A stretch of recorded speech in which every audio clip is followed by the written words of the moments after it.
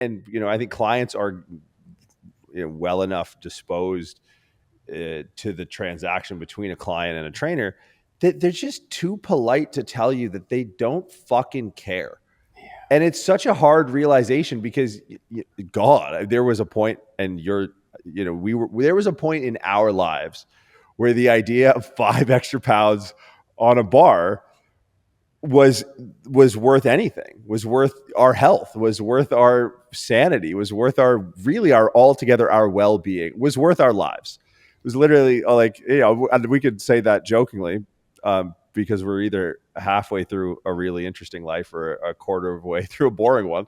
But it's like, breaking that habit to me it took so many failed attempts at communication to realize, like, oh, my tradition is painting this experience and I can't even see how. And the second I peeled that back, and I was like, what do they actually fucking care about? Because they don't care. Like, I'm hype when we're hitting PRs. Hype. Like, it's like I hit the PR. And like, your clients don't give a fuck. One, because like you're usually stronger than them, and they're like, okay, like we're not earth shattering here. Like, you dumbbell curled my bench press on the way to the fucking rack. And two, like, this has no bearing on like the way I make money, how my partner perceives me, what my kids think of me, what people, and all of those things like melt my brain. Cause I'm like, wait, there was probably a point in my life where, and not to be crass, but like that probably had a big bearing on the success of a lot of my life in every social circle. It's like, yeah, I don't know. He's kind of retarded, but he's fucking strong. And I was like, you're goddamn right I am. Wait, what? Like, so I think the activities of daily living, kind of leaning in my trend of subjective data being objective, is something that's always on offer. Because to your point, you're not going to have those wins every day, right? This idea of progressive overload and like, what are you going to do? Just come in and get stronger every single day and have like a faster bar speed. It's like, there's this undulating progression that comes in really like random ass waves. And unless you're living with someone 24/7, even then, and trust me, like I've pretty much done it in my level, or at this point in my career, lived with people 24/7 and still not been able to come up with answers of why they're performing a certain way, right? Like, you only know the tip of the iceberg of what would be affecting someone's psychology and physiology when it comes to like such a narrow window of time that we have to view it through the lens of performance. So it's like, okay, open up that aperture a bit and start to see, well, okay, maybe it's not here in this 3 sets of 6 to 10 or 8 to 12 or whatever rep range, but maybe there's a footing we can get in our progress in your domain of expertise in living your life for the time outside of these 4 walls of the gym. So getting very attuned to what those potential metrics are. Right? Something as simple as like walking upstairs versus walking downstairs, knee pain, etc.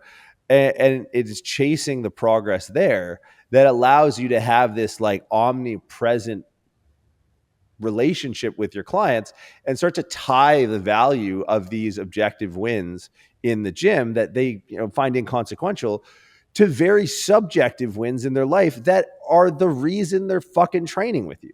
I want to be able to pick up my grandkids. I want to be able to do this. Last time I did this, I fucking my back hurt. And the funny thing is, and this in your own personal life, everyone knows this, the second the pain goes away, the memory just is so like every time I get a tattoo, I'm like, I hear the guns start again and I go, fuck, God damn it. And it's just like the needle starts tearing through your skin and you're like, yo, this sucks, dog. But the second it's done, I go, oh, there's an empty spot next to the tattoo I just got. I should probably get a tattoo there.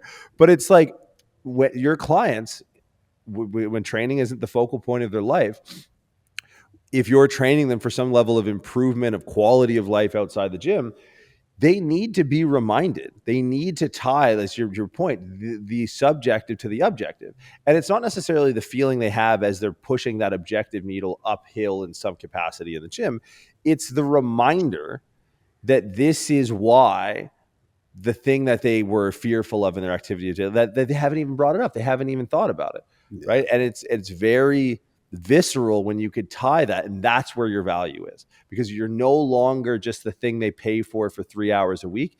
It's the thing they pay for 168 hours a week, 24/7. Because when they get out of bed and they don't think about it, they're not going to fucking text you. They're not going to call you and be like, oh my God, I just got out of bed without any pain. They're going to fucking forget about it, because who the fuck wants to remember pain, right? The same with my bullshit addiction to tattoos. But if you can go back to them and be like, hey, have you noticed your knee at all? Again, I haven't heard you say like, oh, fuck. All right, next set of squats, right? Hey, shit, you only got 8 reps this week. Oh, I only got 8 reps. Nah, it's all right. As long as our knee is still fine out of bed, we're good. Like, oh, okay. And then next week they get fucking 16. And you're like, all right, cool.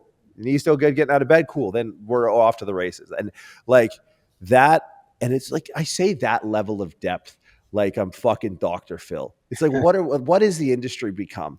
That this is like, somewhat of a profound conversation that I have with coaches. Like, this is like blowing people's hair back, that I go, hey, and I don't know, maybe can you teach people to give a shit? Like, I don't know if that's what's not on offer to people, is they just don't fucking care.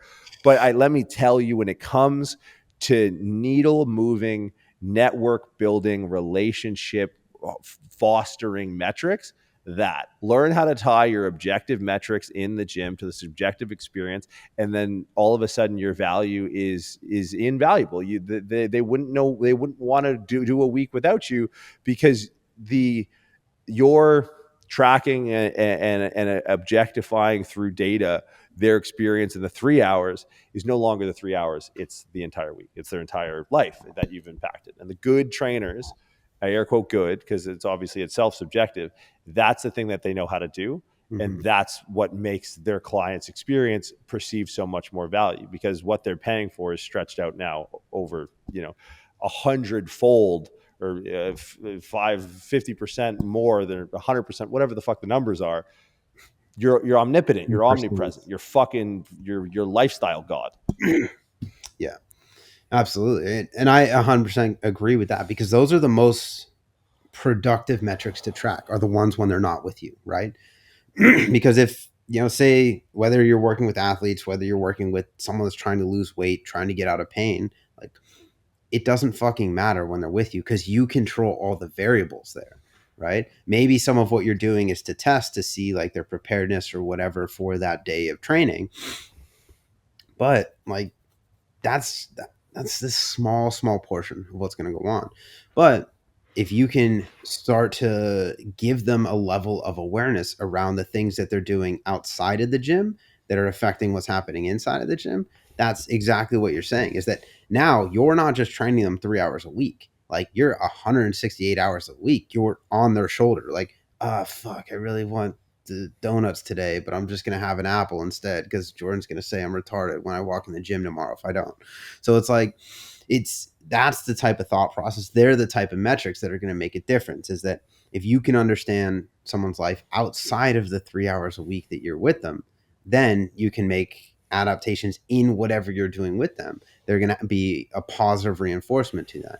And a lot of times that's just conversation. Like, the reps and sets are reps and sets. We were going to fucking do those anyways. Like, all right, I'll use 5 pounds heavier, 5 pounds light today if they're tired or whatever's going on. But like, that has so little to do with understanding exactly, like you said, what happens for the other 23 hours out of the day. Like, what are you doing? So like, for me, if I'm working with someone, and this is someone like, I don't know, you and I, people that are listening to this podcast, it's so deeply ingrained. Like, I can tell you how many hours of sleep I've had. I can tell you how many grams of protein I've had, how many milligrams of caffeine. I can tell you like everything that is going to impact my performance. But people don't even understand how these things correlate. They don't understand that if they're up until 2 a.m. scrolling on their phone, that they're going to feel like shit in the gym tomorrow. Like, oh yeah, I'm tired. I didn't sleep well last night, but it's fine. Or like that they had 2 glasses of wine with dinner, that's going to affect how they perform in the gym the next day. Like, people don't make those correlations. So if you can get objective metrics on the things that they're doing outside of their session with you, then you can make subjective changes, because they don't understand how those two things correlate. And yes, educating them on that, teaching them that, is a valuable part of this process. But even if you don't, then you're just a fucking magician to them, and you're just creating changes for them in a way that they don't even understand, which is fine because they don't need to understand it because they have you. But but like when it comes down to getting objective metrics that matter, it is those things. It's how many hours a night are you sleeping? It's building awareness around that and how it relates to subjectively their pain levels, their performance, their concentration, all the things that they're going to have uh, some sort of emotions around during the day, when maybe it's not this like deep emotional response, but it is like, oh fuck, like I feel good today. Like, yeah, because you slept 8 hours last night instead of four. Like, if you can understand their diet, and not necessarily down to like tracking macros and knowing everything that they're eating, but like generally, what are their dietary habits? What kind of foods do they go for? Like, do they order out a lot? Do they make their own food? Do they have any restrictions? Like, it, understanding these things makes such a big difference. And these are like, metaphorically the big rocks when we talk about objective metrics. Like, if you have someone that's, I don't know, you're measuring like their mileage on the track, or like their ground contact time, or the Nord board and all this shit, but you don't know what they're eating and you don't know how much they're sleeping, it's useless fucking data. Like, it doesn't matter how much you paid for these force plates and these machines, but you don't understand the things that are going to have the biggest impact on those variables. Like, that just doesn't make sense to me. And that's in my mind, like, where the importance should be on this stuff, is that there's an order to how this stuff matters, right? It's kind of like, it's exactly like recovery. This is recovery. This conversation is like, okay, if I want someone to perform objectively, then I need to make sure that I take care of the things that are going to have the biggest impact on their performance. And yes, training is the thing. That's the standard here. But outside of that, it's going to be, how well did they sleep? How are they recovering through diet? Are they hydrated? What are their stress levels? What are their physical stress and psychological stress levels outside of what we're doing in here an hour to 2 hours out of the day? Those are the objective measures that are going to matter so much more than keeping tabs on their ground contact time, or their broad jump, or whatever it is that you're measuring objectively in their performance. These are the things that are going to dictate that. So if you're skipping the cue and you're going right to the end being like, no, no, no, we need to get your grip strength with the dynamometer today. Like, okay, but how much did he sleep last night? Like, I could tell you, if they slept 6 hours instead of 8 or 9, that's going to be down. Like, I don't need to know that metric if I know this metric, because they didn't do this. So why would that be something that would inform what I want to do today?